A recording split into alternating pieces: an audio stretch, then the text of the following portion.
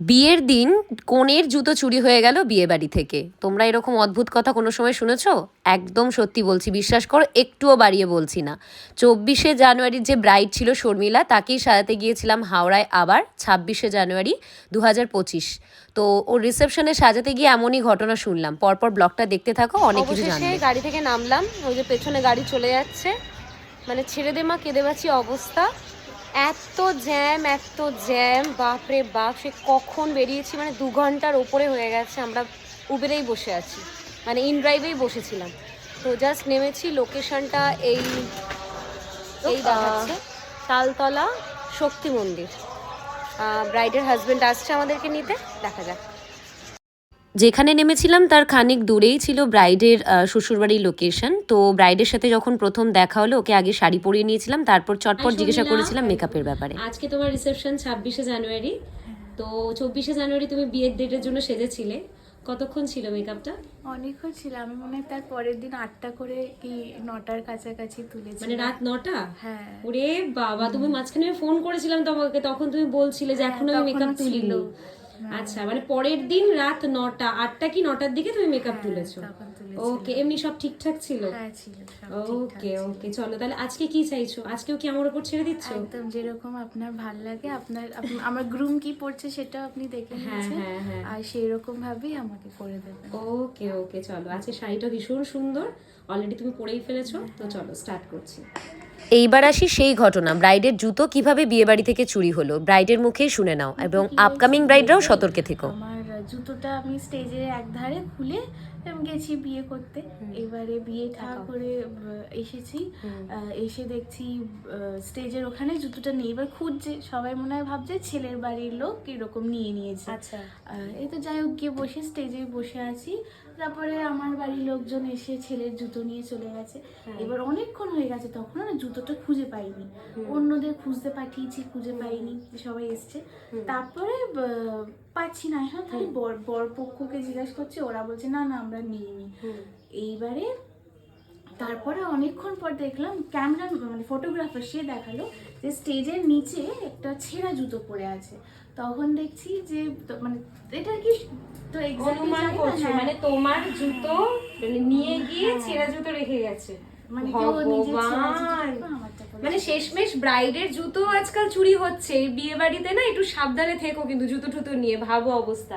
ও যখন আমাকে বলছে, আমি ভাবছি মনে হয় ছেলের বাড়ির যেমন হয় না, ছেলের বাড়ির জুতো ছেলের জুতো নিয়ে চলে যায়, শালিরা টালিরা লুকিয়ে রাখে, তো সেই রকমই হয়তো বউয়েরও মজা করার জন্য বউয়ের জুতো না হয়েছে। তো আজকাল এরকমও হচ্ছে, ব্রাইডের জুতো নিয়েও পালাচ্ছে লোকজন। তুমি তার মানে আজকে তাহলে কি পরবে? আজকে আমার শ্বশুরমশাই কিনে এনেছে নতুন জুতো। আচ্ছা, শ্বশুরমশাই কেনা জুতোটাই পরবে, বেচারি, দেখেছো কি অবস্থা। এটা ঠিক নয়, এই যে যারা এসব করছো এটা কিন্তু ঠিক করছো না। ব্রাইডের জুতো নিয়ে কি শেষমেশ ব্রাইডের জুতো নিয়ে। আবার কি হয়েছে, আমার যেখানে আর কি ভেন্যুটা, ওখানে দুটো হল আছে, হল 1, হ্যাঁ আমি হল 1 এ ঢুকে গেছিলাম প্রথম দিন। না ওটা হল 2, আচ্ছা আমারটা 1।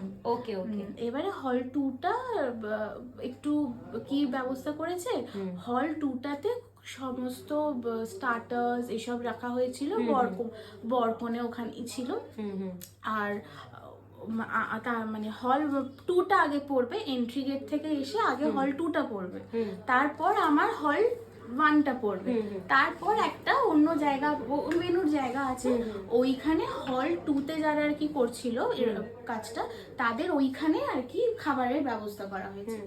এইবারে অর্ধেকের প্রচুর লোক হল 2তে তো জাস্ট বলে দিয়েছে যে আর কি ম্যানেজ করছে যে এরকম পাশে ওইদিকে খাওয়াচ্ছে, গিয়ে খেয়ে নাও ডিনারটা। মানে ওরা ভেবেছে হল 2 এর গেস্ট যে এই হল 1 এ খাওয়াচ্ছে, আর আমার তো খাওয়া স্টার্টার আমি সব একই জায়গায় ছিলাম হল 1 এতেই। অর্ধেক গেস্ট হল 2 এর, মানে তোমাদের কাছে গিয়ে, মানে তোমাদের রুমে এসে খেয়ে চলে যাচ্ছে, মানে ওইখানকার গেস্ট। কি অবস্থা, এই পাশাপাশি দুটো হল থাকলে এরকমই অবস্থাটা হয় না। হলের মধ্যেই তো সব খাবার দাবারের ব্যবস্থা করে, হলটা সেটা করেনি, না করে ওরা অন্য জায়গায় করে পুরো ব্যাপারটা বাজে করে দিয়েছে।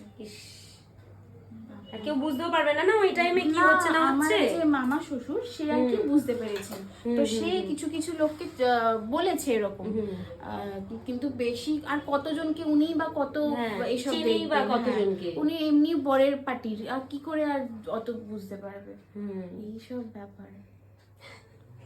মানে অনেক কিছুই হয়েছে শর্মিলার সাথে। বাপরে বাপ। আজকে যেমন আজকে আমাদের আসতেও লেট হয়েছে, তারপরে সবে ব্রাইডকে নিয়ে যেই বসিয়েছি অমনি ব্রাইডের বাড়িতে সঙ্গে সঙ্গে পাওয়ার অফ হয়ে গেছে, দপ দপ দপ দপ করে জ্বলতে জ্বলতে পাওয়ার অফ হয়ে গেছে। তারপরে আবার সেটা ঠিক হলো, তারপরে আমরা নিয়ে বসলাম শর্মিলাকে। চলো আজকের লুকটা তোমরা দেখতে থাকো। এরমই কত ঘটনা আমাদের ব্রাইডদের সাথেও হয়। আমরা তো শুধুমাত্র নিজেদের স্টোরিগুলো শেয়ার করি আর ব্রাইডদের মুখে নানান রকমের মজাদার গল্প শুনি, যদিও বা এটা কোনো মজাদার গল্প ছিল না, কেননা ব্রাইডের নিজের জুতো চুরি হয়ে যাওয়া সত্যি খুব খারাপ জিনিস। আমার যে স্টুডেন্টের মায়েরা আছে ওরা খালি বলেছে তোমাকে চেনাই যাচ্ছিল না, তুমি কিরকম ভাবে আসো আর ওখানে কিরকম ভাবে ছিলে। হ্যাঁ, তোমার একটা স্টুডেন্টের মা আমাকে কমেন্ট করেছে, আমি বুঝতে পারলাম যে তুমি পড়াও তার মা হবে হয়তো, তোমার ব্যাপারে প্রশংসা করছিল যে তুমি খুব ভালো মেয়ে। আমিও বলছিলাম যে কমেন্টেই বলছিলাম, আমিও বলছিলাম যে হ্যাঁ ও খুব ভালো মেয়ে, শান্তশিষ্ট টাইপের। তুমি পরে দেখবে কোনো না কোনো কমেন্ট একটা করেছে। তো এরপর স্টেপ বাই স্টেপ আমি ওকে মেকওভারটা করে নিচ্ছিলাম। তোমরা এখানে দেখতেই পাচ্ছ আমি একটা আলট্রা এইচডির লুক ক্রিয়েট করছিলাম, কেননা ও আমার কাছে আলট্রা এইচডির প্যাকেজটা নিয়েছিল এবং সম্পূর্ণটা খুব সুন্দরভাবে আমি ফিনিশিং করেছি। আই মেকআপের ভিডিও আমি নিতে পারিনি, তার কারণ আই মেকআপের ভিডিওর সময় আমার যে অ্যাসিস্ট করছিল সে প্যালেটগুলো ধরেছিল, তো তার পক্ষে নেওয়া সম্ভব হয়নি এবং পুরো মেকওভারটা এরকম এসেছিল। তোমাদের কেমন লাগছে অবশ্যই জানি। এরপরে তো হেয়ার স্টাইলও রয়েছে, হেয়ার স্টাইলটা করেছিলাম আর এত বড় চুল ছিল ওর, ওকে আমি কার্লস করেছিলাম এবং অবশ্যই এক্সটেনশন অ্যাড করেছিলাম। এখানে কিন্তু আমি এলসির দ্বারা ভিডিওটা নিয়েছি এবং এর পরে যে ভিডিওটা দেখবে এই যে এটা কিন্তু আমার রিং লাইটে নেওয়া। দেখো দুটোর মধ্যে কতটা ডিফারেন্স রয়েছে। তো একে একে আমি ওর জুয়েলারিগুলো সেট আপ করে নিচ্ছিলাম আর এই সময়ে তাড়াহুড়ো একটু পড়েছিল, তো আস্তে আস্তে ফ্লাওয়ার ডেকোরেশনগুলো করছিলাম। আর এই যে লম্বা লম্বা ডাটিগুলো দেখছিল এগুলো কিন্তু আর ছিল না, এগুলো আমি পরে কেটে ফেলেছি। তো যাই হোক পুরো অল ওভার হেয়ারটাকে আমি সুন্দরভাবে কার্লস করেছিলাম। সব মিলিয়ে কিন্তু ওর নিজস্ব মানে ওর ভীষণ পছন্দ হয়েছে লুকটা, যেটা আমি নিজেও ভীষণ স্যাটিসফাই হয়েছিলাম ওকে সাজিয়ে। আর যেহেতু স্কিন কোয়ালিটি ভীষণ ভালো তাই ওভারঅল ওকেও ভীষণ ভীষণ মিষ্টি লাগছিল। এবং ওর মুখে শুনে নাও ওর রিসেপশন মেকআপটা ওর কেমন লেগেছে।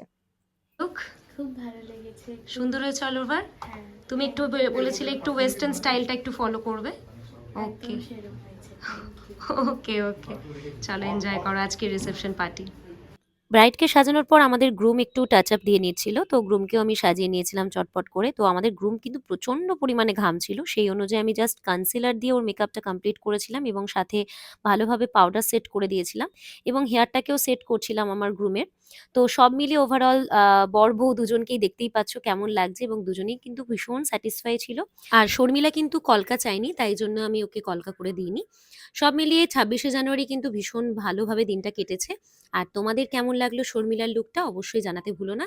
এই ভিডিওটাই কিন্তু আমি রিলস হিসেবে ছেড়েছিলাম এবং তোমরা অবশ্যই যদি বুকিং করতে চাও স্ক্রিনে দেওয়া নাম্বারে কিন্তু যোগাযোগ করে নাও এবং তোমাদের স্পেশাল ডেটটা বুক করে নাও।